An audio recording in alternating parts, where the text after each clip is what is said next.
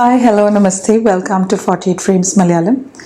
ഞാൻ ഇന്ന് നിങ്ങളുമായിട്ട് ഡിസ്കസ് ചെയ്യാൻ ആഗ്രഹിക്കുന്ന ടോപ്പിക് ഡിവോഴ്സിനെ കുറിച്ചിട്ടാണ്.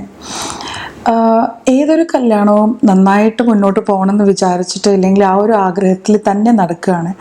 നമ്മുടെ ഒരു സൊസൈറ്റിയിൽ നോക്കുകയാണെങ്കിൽ വിവാഹം എന്ന് പറയുന്നത് രണ്ട് ഫാമിലീസും കൂടി ഒരുപാട് ഇൻവോൾവ് ചെയ്തിട്ടുള്ളൊരു കാര്യമാണ്. അപ്പം ഈ ഒരു ഡിവോഴ്സ് നടക്കുമ്പോഴത്തേക്ക് രണ്ടുപേർക്കും മാത്രം വരുന്ന പ്രശ്നമല്ല, രണ്ട് ഫാമിലീസിനും കൂടി വരുന്ന പ്രശ്നമാണ്. സോ ഞാൻ ഇന്ന് നിങ്ങളോട് സംസാരിക്കാൻ പോണത് ഫസ്റ്റ്ലി ഇതിൽ അകപ്പെട്ടിരിക്കുന്ന രണ്ടാൾക്കാരുടെ ഒരു എന്തൊക്കെയാണ് ഇഷ്യൂസ് അവർ ജനറലി ഫേസ് ചെയ്യുന്നത്, പിന്നെ ആ സമയത്ത് കൺഫ്യൂസ്ഡ് ആയിട്ട് ഇരിക്കുന്ന ഒരു കൂട്ടം ആൾക്കാരാണ് ഈ ഫാമിലി മെമ്പേഴ്സ്. അപ്പോൾ അവർ ഏത് രീതിയിലാണ് ഇതിനൊക്കെ ഉൾക്കൊള്ളേണ്ടത്, എങ്ങനെയാണ് സൊസൈറ്റീനെ ഫേസ് ചെയ്യുമ്പോൾ വരുന്ന ചില ക്വസ്റ്റ്യൻസിന് നേരിടേണ്ടത്, ആ കാര്യമൊക്കെയാണ് ഞാൻ ഈ ഒരു പെർട്ടിക്കുലർ വീഡിയോയിൽ ഇൻക്ലൂഡ് ചെയ്യാൻ വേണ്ടി വിചാരിക്കുന്നത്. സോ ഫസ്റ്റ്ലി ഇതിൽ ഇൻവോൾവ് ആയിട്ടുള്ള ആൾക്കാർ ഡെഫിനറ്റ്ലി ഇത് ഒരു വലിയൊരു ഡെസിഷനാണ്. എന്തായാലും അവരുടെ ഒരു emotional level it will be a lot of grief ആയിരിക്കും. ഫസ്റ്റ് ഇത് നമുക്ക് ആക്സെപ്റ്റ് ചെയ്യാൻ പറ്റില്ല.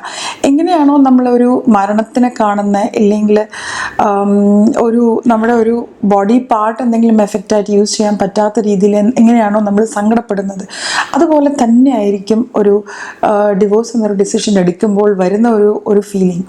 പിന്നെയുള്ളത് നമുക്ക് ഞാനാണോ തെറ്റ് ചെയ്തതല്ല മറ്റേ ഓപ്പോസിറ്റ് ഇരിക്കുന്ന ആളാണോ തെറ്റ് ചെയ്തത് എന്നുള്ള ഒരു ക്വസ്റ്റ്യനിങ് ഫേസാണ്.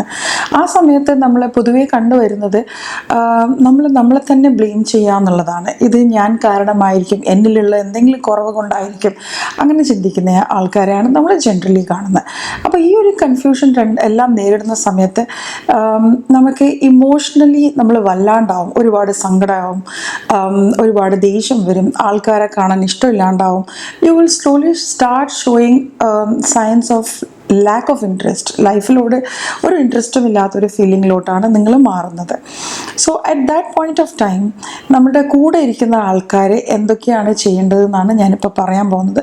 പൊതുവെ നമ്മൾ കാണുന്നത് എന്താണെന്ന് വെച്ചാൽ അച്ഛനോ അമ്മയോ ആരോ ആയിക്കോട്ടെ, ഫാമിലിയിലിരിക്കുന്ന ആൾക്കാർ പെട്ടെന്ന് എങ്ങനെയെങ്കിലും അടുത്തതിലോട്ട് നമുക്ക് കല്യാണം കഴിപ്പിച്ച് വിടാം, അപ്പം ഇത് മാറിപ്പോവും. അതാണ് ഏറ്റവും വലിയൊരു തെറ്റ് നമ്മുടെ ഇവിടെ കണ്ടുവരുന്നത്. Because you need to give time. ഇതിന് ഒരു വലിയൊരു സംഭവം നടന്നിരിക്കുകയാണ്. അപ്പം അതിനെ പ്രോസസ്സ് ചെയ്യാനും മനസ്സിലാക്കാനും ഈ ഒരു കൺഫ്യൂഷനിൽ നിന്നൊക്കെ ഒന്ന് ക്ലാരിറ്റി കിട്ടാൻ വേണ്ടി അവർക്ക് സമയം കൊടുക്കണം. ഐ എം നോട്ട് അഗെൻസ്റ്റ് നിങ്ങൾ അവർ മുന്നോട്ട് ഫാമിലി ലൈഫായിട്ട് മുന്നോട്ട് പോകാൻ പറയുന്നതിന് ഞാൻ ഒരു രീതിയിലും എഗെൻസ്റ്റ് അല്ല. പക്ഷെ ഞാൻ പറയുന്നത് മെയിനായിട്ട് അവർക്ക് കൊടുക്കേണ്ടത് ഇതിനെ ഒന്ന് മനസ്സിലാക്കാനുള്ള ഒരു സമയമാണ്. പെട്ടെന്ന് അടുത്തത് എന്ന് പറഞ്ഞാൽ അങ്ങനെ ഇടാൻ പാടില്ല. Because it will ruin another 2 lives. അവർക്ക് അഡ്ജസ്റ്റ് ചെയ്യാനുള്ള സമയവും പിന്നെ മനസ്സിലാക്കാനുള്ളൊരു ബുദ്ധിമുട്ടും ഒക്കെ കാരണം അടുത്തൊരു വേറൊരാൾക്കും കൂടി ബുദ്ധിമുട്ടുണ്ടാക്കുന്ന ഒരു സിറ്റുവേഷനിലോട്ടായിരിക്കും നിങ്ങൾ കൊണ്ടുപോകുന്നത്. സോ ഫസ്റ്റ് അവർക്ക് ഈ സമയം കൊടുക്കുക. പിന്നെ നിങ്ങൾ സംസാരിക്കുമ്പം ചില സമയത്ത് നാട്ടുകാർ ചോദിക്കുന്ന ചോദ്യത്തിൽ ഉണ്ടാവുന്ന ദേഷ്യമായിരിക്കാം, വന്നിട്ട് നീ കാരണമാണ് ഇതൊക്കെ സംഭവിച്ചത്, കുറച്ചൊക്കെ അഡ്ജസ്റ്റ് ചെയ്യണം, ഇല്ലെങ്കിൽ അത് കണ്ടില്ല എന്ന് അടിക്കണമായിരുന്നു, ഇല്ലെങ്കിൽ കുറച്ചൊക്കെ അഡ്ജസ്റ്റ് ചെയ്യണമായിരുന്നു എന്നുള്ള വാക്കുകൾ ഒരിക്കലും at least during the starting phase അവരിത് പ്രോസസ്സ് ചെയ്യുന്ന സമയമുണ്ടല്ലോ, ആ സമയത്ത് തീരെ പറയാൻ പാടില്ലാത്തതാണ്. എത്രത്തോളം നിങ്ങൾക്ക് അവരുടെ ഒപ്പം നിൽക്കാൻ പറ്റുമോ അത്രത്തോളം നിങ്ങൾ സപ്പോർട്ട് കാണിക്കേണ്ടതാണ്. നിങ്ങൾ അവർക്ക് വേണ്ടി ഉള്ളതാണ്, എന്തും സംസാരിക്കാൻ പറ്റും എന്നുള്ളൊരു റിലേഷൻഷിപ്പാണ് നിങ്ങൾ രണ്ടുപേരും ഉള്ളത് എന്നുള്ളത് ക്ലിയർ ആയിട്ട് അവർക്ക് മനസ്സിലാക്കി കൊടുക്കേണ്ടതാണ്.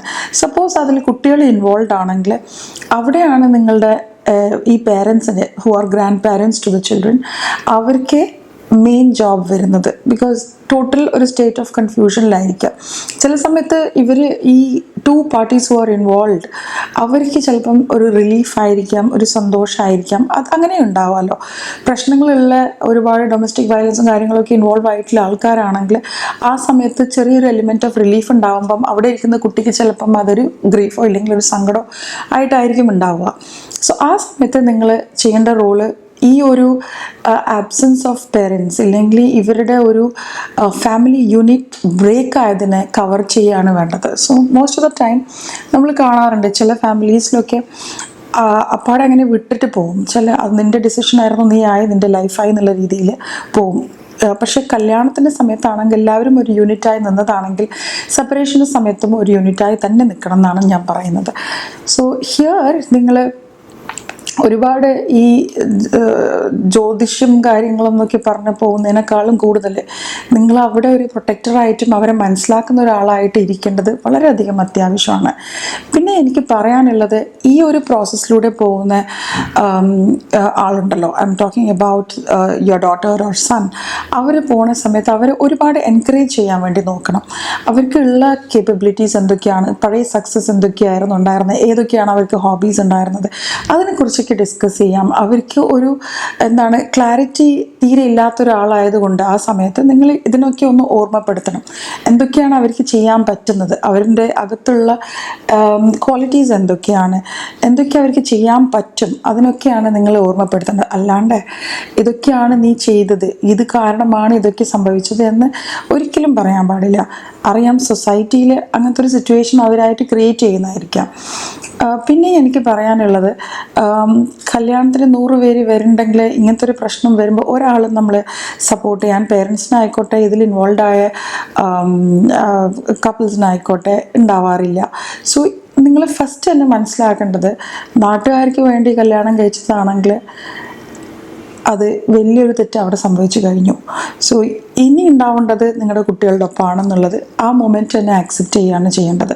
നാട്ടുകാർ ചോദിക്കുന്ന ചോദ്യത്തിനുള്ള ആൻസർ തേടി പോകുന്ന സമയത്ത് സ്വന്തം കുട്ടി ഇല്ലാണ്ടാവാണ്ടിരിക്കുന്ന കാണാനില്ല ഒരു മനസ്സും കൂടി ഉണ്ടാവണം. സോ ഇതൊക്കെയാണ് എനിക്ക് നിങ്ങളുമായിട്ട് ഷെയർ ചെയ്യാനുണ്ടായിരുന്നത്. ബിക്കോസ് ഒരുപാട് ആൾക്കാർ കോണ്ടാക്ട് ചെയ്യുന്ന സമയത്ത്, സപ്പോർട്ടിന് വരുന്ന സമയത്ത് പറയുന്ന കാര്യമാണ്, അമ്മ കുറ്റം കണ്ടുപിടിക്കുന്നത് അല്ലെങ്കിൽ അച്ഛൻ എൻ്റെ കുറ്റമാണ് കണ്ടുപിടിക്കുന്നത്, സോ എനിക്കത് മനസ്സിലാവണില്ല. അങ്ങനെയാണ് ഒരുപാട് ആൾക്കാർ വരുന്നത്. സോ കുറച്ച് അവർക്കൊരു സമയം കൊടുക്കുക. ആ സമയത്തിലെങ്കിലും ഇതുപോലെ ഒന്നും പറയാണ്ടിരിക്കാൻ നോക്കുക. സോ ഇത് നോർമലായിട്ട് വരുന്ന ഒരു കാര്യമാണ്. ഇപ്പം പറ്റില്ല എന്ന് വെച്ചാൽ 2 ഡിഫറെൻറ്റ് വേയ്സ് പോണതിൽ യാതൊരു തെറ്റുമില്ല. പിന്നെ കുട്ടികൾക്ക് വേണ്ടി ഒരുമിച്ചിരിക്കുന്ന ആൾക്കാരാണെന്ന് പറയുന്നുണ്ടെങ്കിൽ അതിൽ തീരെ സന്തോഷമില്ലാത്തൊരു ലൈഫ് തന്നെയാണ്. ബിക്കോസ് അതിലൊരാൾ അവിടെ കോംപ്രമൈസ് ചെയ്തേ പറ്റൂ. ഒരു കോംപ്രമൈസ്ഡ് ലൈഫ് ഇന്നത്തെ കാലത്ത് ഡെഫിനറ്റ്ലി അത് നന്നായിട്ട് പോവാറില്ല.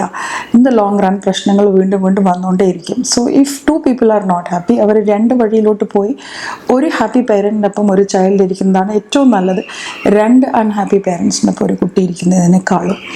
സോ ഇതൊക്കെയാണ് എനിക്ക് നിങ്ങളോട് പറയാനുണ്ടായിരുന്നത്.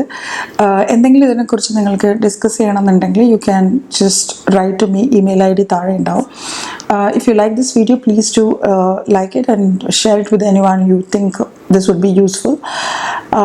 ഇത്രയൊക്കെ ഉള്ളൂ പറയാൻ. Thank you so much for joining in.